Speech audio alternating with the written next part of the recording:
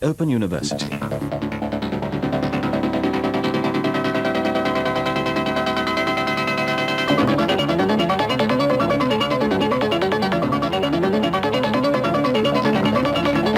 back, class, because when I actually looked in the folder, I basically called off doing these things until the end of the month because I have a lot of books to read, novels to read for a literary prize I'm judging. I'm part of the panel of judges for this thing called the Pucci Award, which is organized by the La Casa Encendida in Madrid. The Burning House, I think it means, but it's a really funky cultural institute in the center of Madrid, which I always visit when I'm in the city. But when I looked in the folder of the so-called novels which I was supposed to read, I found that most of them are actually graphic novels, or they're very short extracts from books which are proposed to be written once the award has been made. So it's actually a lot less of a workload than I thought. I've got these new glasses which are amazingly crisp. It's that moment, you know, when you get the new lenses in your glasses and you can suddenly see things which you couldn't even see before. Now I'm seeing there are two lighthouses facing each other across the bay, one red and one white, which I've never seen before out of my window. It's amazing. These details. It must be a combination of the new lens in the glass and the light on the water. So I have an opportunity to speak to you more, since some people were saying, "Oh, I got addicted to these vlogs." So for those of you who were craving your fix, I wanted to talk today about elective affinities. Elective affinities. It's a phrase which has always been very important to me. I suppose the existentialist side of me says, well, I have to, reevaluate all values and make my own Weltanschauung, my own world view, and I have to do that via this process of elective affinities. But what does it mean, elective affinities? It's a phrase that I took from Goethe. There's actually a novel by Goethe, which I haven't read. I have to say, I haven't read it. In German, it's called Die Wahlverwandtschaften, and it's also translated sometimes under the title Kindred by Choice, and it's his third novel published in 1809. And he took the title from a scientific term once used to describe the tendency of chemical species to combine with certain substances or species in preference to others. The novel is based on the metaphor of human passions being governed or regulated by the laws of chemical affinity. So when we speak of chemistry, the couple has a great chemistry. What if you expanded that? And of course this very much comes from the 18th century, which Goethe was mostly based in, and it's kind of rather dilettantesque mixtures of art and science, where Goethe was fascinated, for instance, by colour theory, and he was a bit of an amateur scientist as well as an artist, and this is what made the polymaths, the Renaissance men of that period, or Diderot, people like that, and decided to just make an encyclopedia, to sum up all human knowledge. It seemed like the state of science at that point was such that you could do that. You could somehow recapitulate the whole of science in a book that you would write. You could at least gloss the total state of human knowledge or the ongoing debates, and things were still a little blurry and unsure enough that you could pick and choose, and you could take metaphors from science and apply them to art or to human relationships. So the book's situated in Weimar, and it's about a couple called Edouard and Charlotte, who are an aristocratic couple who've both moved on to their second marriages, and they decide to invite some friends. The captain is a childhood friend of Edouard, and Ottilie, a beautiful niece of Charlotte, to live with them. And this is an experiment, and that's exactly what happens. You can just imagine a Peter Greenaway film of this being really fantastic. Actually, various people have tried to film it, but it was going to be Francis Ford Coppola was going to make a 10-hour version when he was bogged down with Apocalypse Now, I think it was. So, actually, Goethe was harking back to Empedocles, and Momus people know, since there's a song called The Death of Empedocles on the last Momus album, that he was this philosopher who said that everything was divided into earth, air, water, wind, the four elements.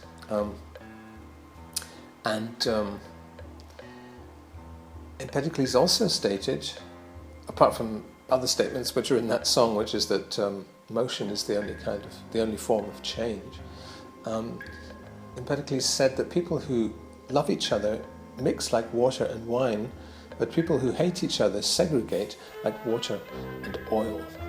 That's an idea we might be familiar with from, for instance, the idea that when partnerships are working, they multiply each other, and when partnerships are not working, they subtract from each other.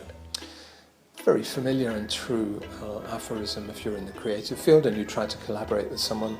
Sometimes your qualities cancel each other out, other times they multiply each other and becomes more than the sum of their parts. So this idea of chemical affinities, I don't know if it was ever borne out as a scientific theory, that somehow there is volition, will in inert substances, and that they make choices. But for me personally, why has it been important for me? It's been important for me because I don't believe in just accepting my destiny. I believe in forging an aesthetic which will lead me, or perhaps just expressing an already existing dormant aesthetic which is in me, which is the product of some complex combination of my upbringing, my heritage, my body type, all sorts of things, my metabolic rate, my personality type as an introvert or a schizoid, or all these things.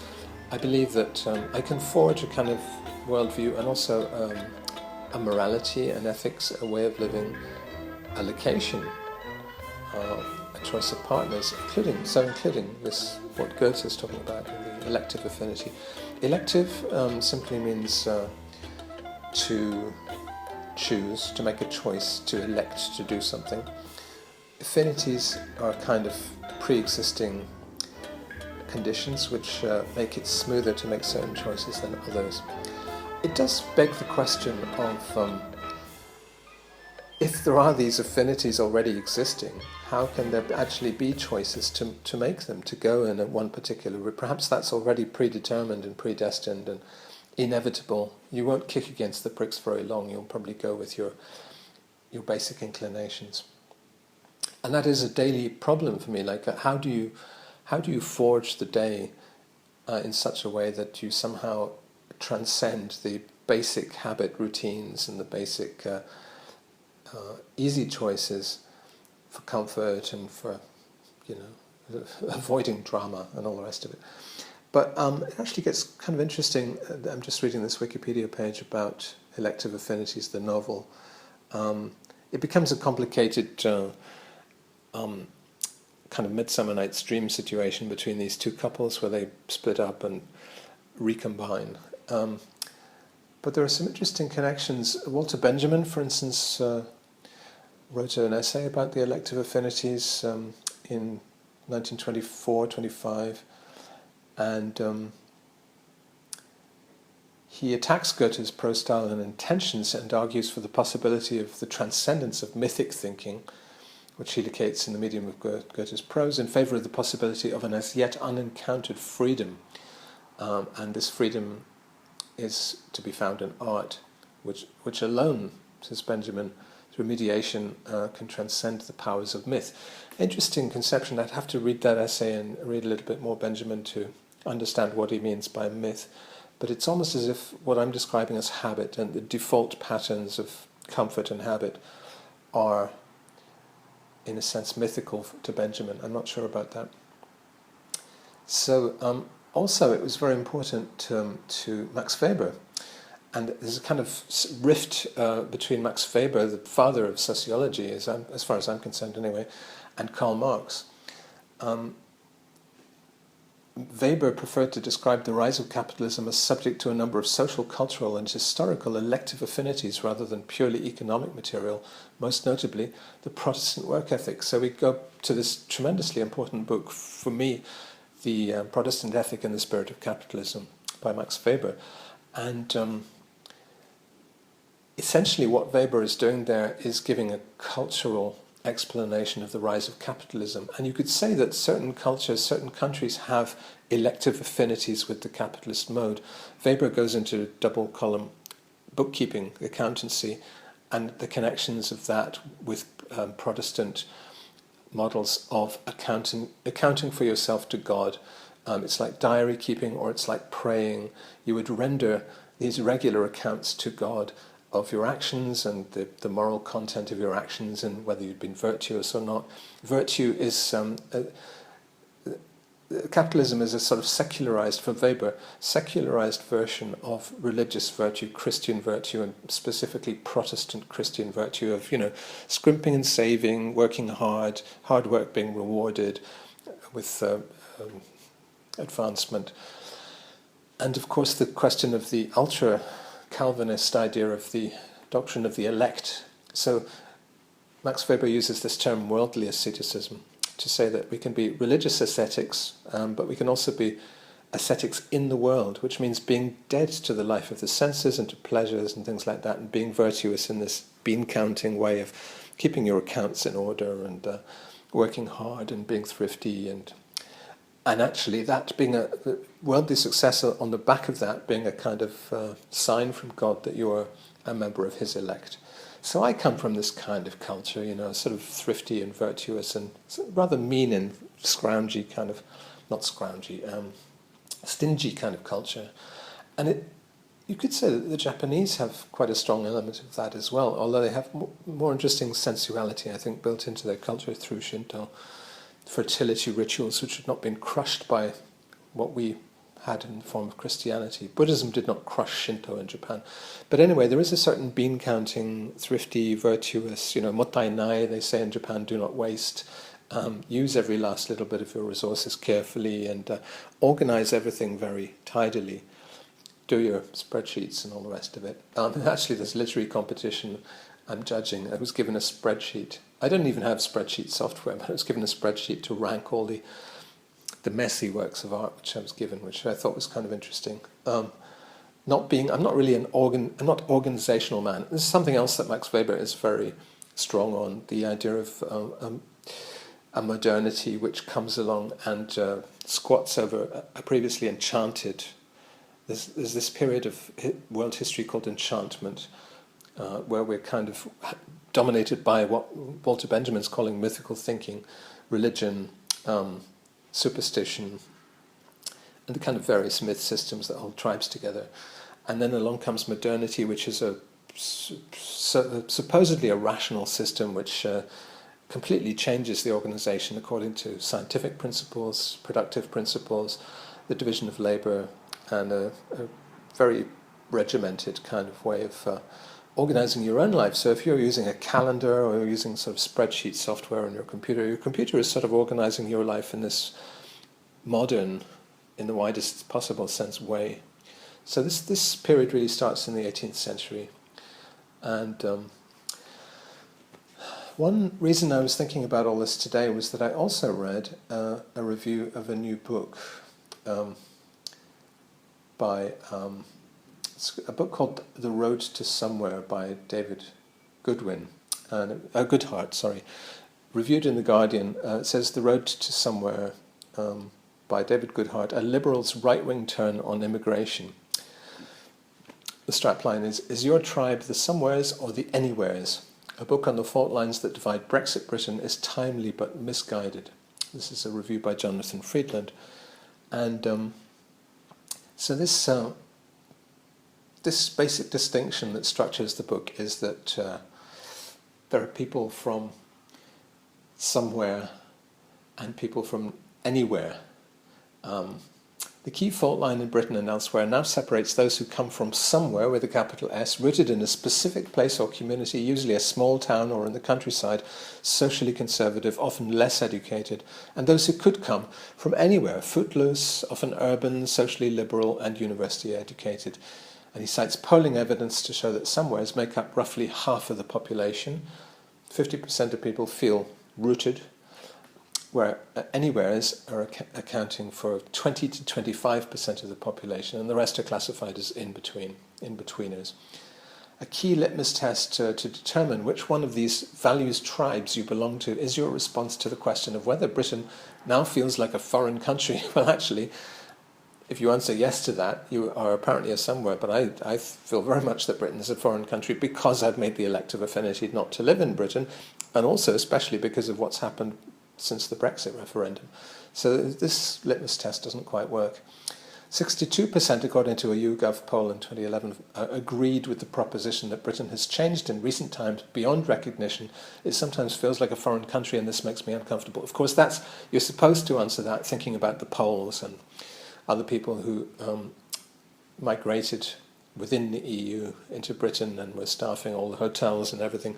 I did notice that from afar. This influx happened beginning in 2004, I think, and began to be resented post-2008 when the financial crisis really bit home in Britain.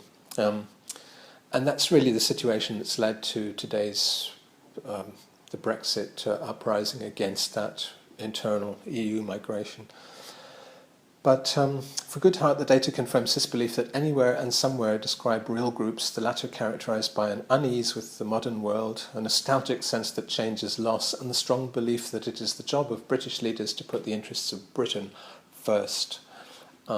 Anywheres, meanwhile, are free of nostalgia, egalitarian and meritocratic in their attitude to race, sexuality and gender, and light in their attachments to larger group identities, including national ones. They value autonomy and self-realization before stability, community and tradition. In a sense, that's aligning those anywheres with what I was describing in one of these previous vlogs as the existentialist position, which is that you're responsible as an individual, for your own destiny, and you can choose where to live and choose what your values are. And there's a part of that in me, but I'm also a sociologist and quite social deterministic, and I do think, or culturally deterministic, I do think it's impossible ever to transcend your culture to that extent, and undesirable anyway, because you are who you are, where you're from. I'm always calling myself a Scottish Calvinist, for instance, and that's, I can't really escape that formatting, no matter how much of an existentialist, individualist hero I think I might, or I ought to be. I can't just go off into some kind of vacuum where there is no culture, or I can't just embrace. What I can do is find elective affinities with somebody else's culture. I can marry, and this is where I fault Goodhart's view. I think, of course, you can have. Why should there be simply geographical affinities or racial affinities? For instance, I've often said in these vlogs that my body shape affects the way I react to the Japanese. The Japanese are racially different from me. They're geographically, at least they were geographically different from me.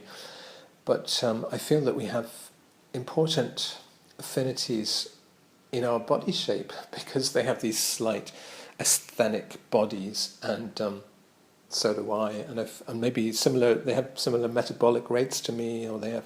I feel there are all sorts of things which come from, because I'm a disciple of this guy William Sheldon, who came up with personality affiliations to three basic body types: the endomorphs, the ectomorphs, and the mesomorphs, which are basically fat people, thin people, and muscly people. So, this genuinely does come up in my personal relationships. For instance, I was watching a video yesterday by Steph Choi, who's Korean, American, Japanese mixture. She lives in Kobe, I think, at the moment. Very, very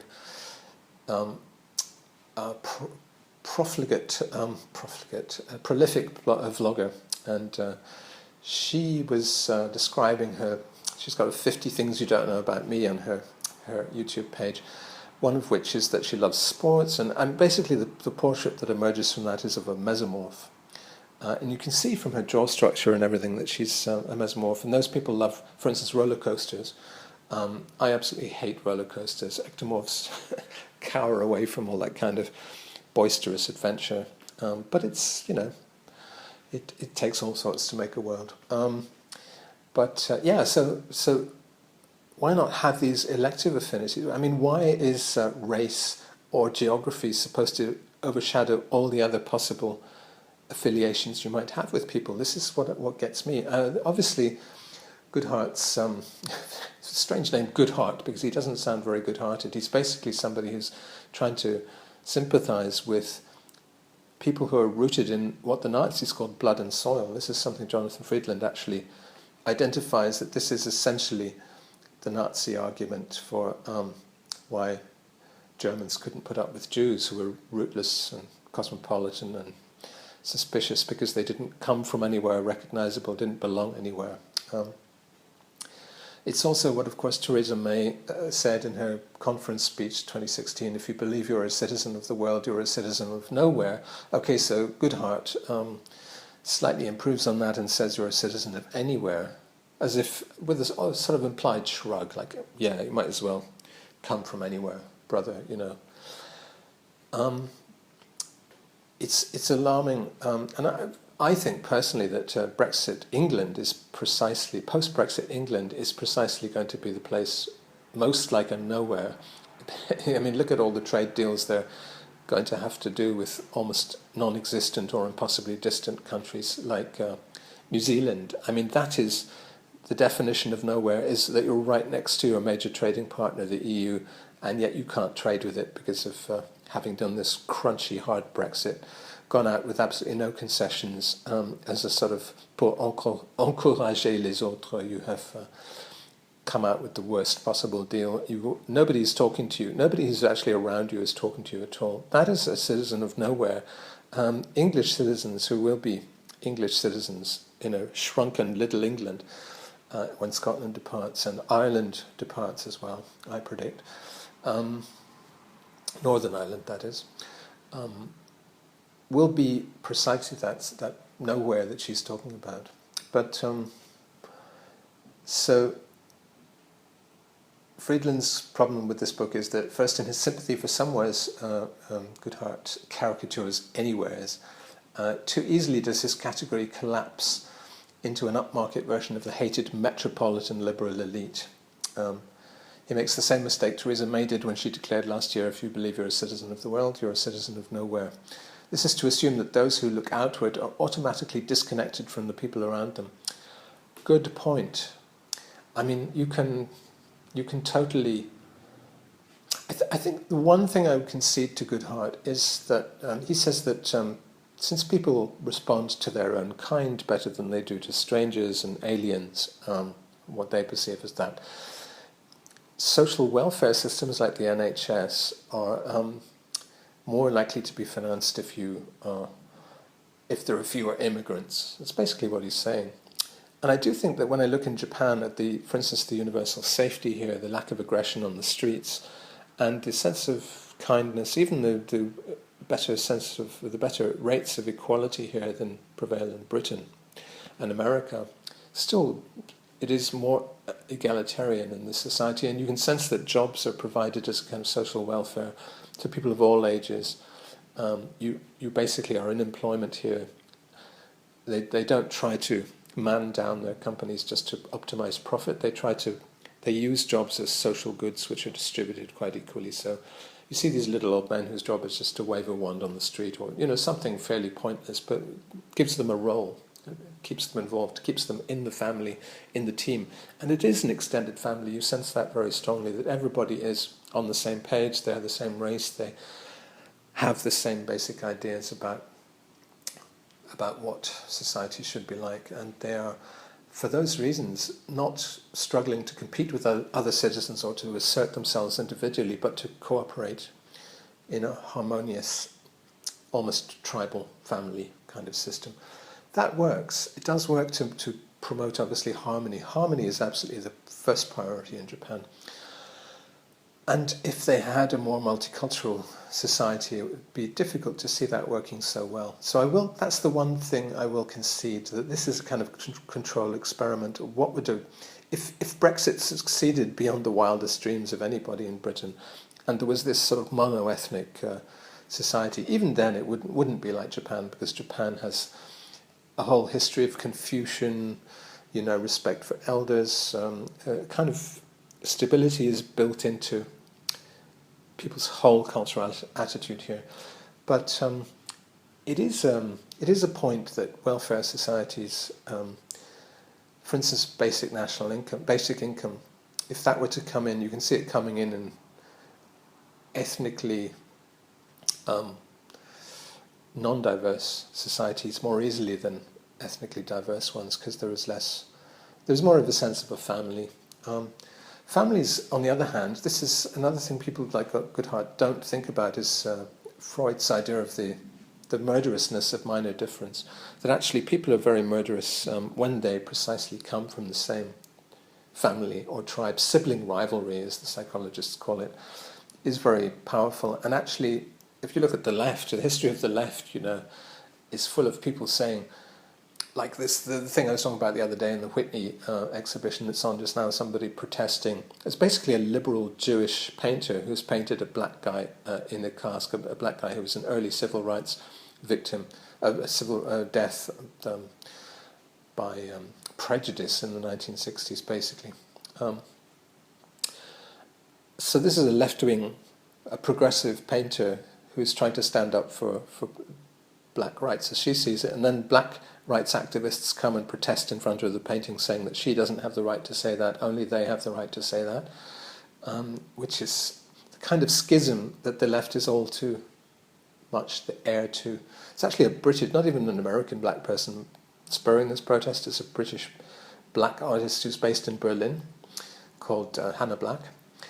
And so she could, you come to the basic problem of identity politics, which is which hat will I wear today? Is she wearing the hat of being a black person, or a British person, or a Berlin-based artist? An artist attacking another artist. It doesn't look so good when you say it was simply an artist saying another artist's work should be destroyed, which is what she's actually calling for. If you say it's a black person saying a white person doesn't have the right to talk about black issues, all this stuff. It looks different according to which hat you see the actors wearing.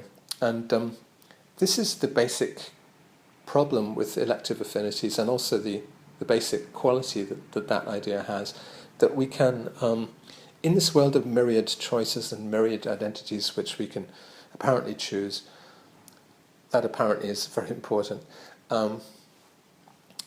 It's really...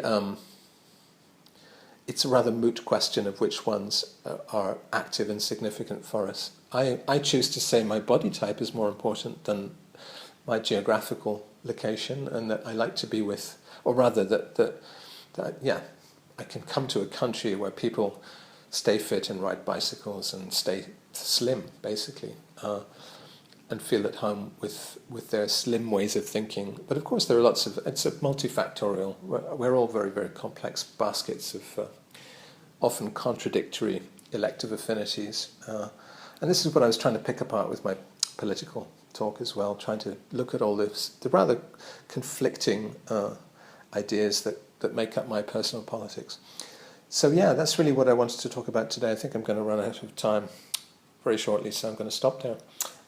Get back to my judging my graphic novels and writing my essay about communism.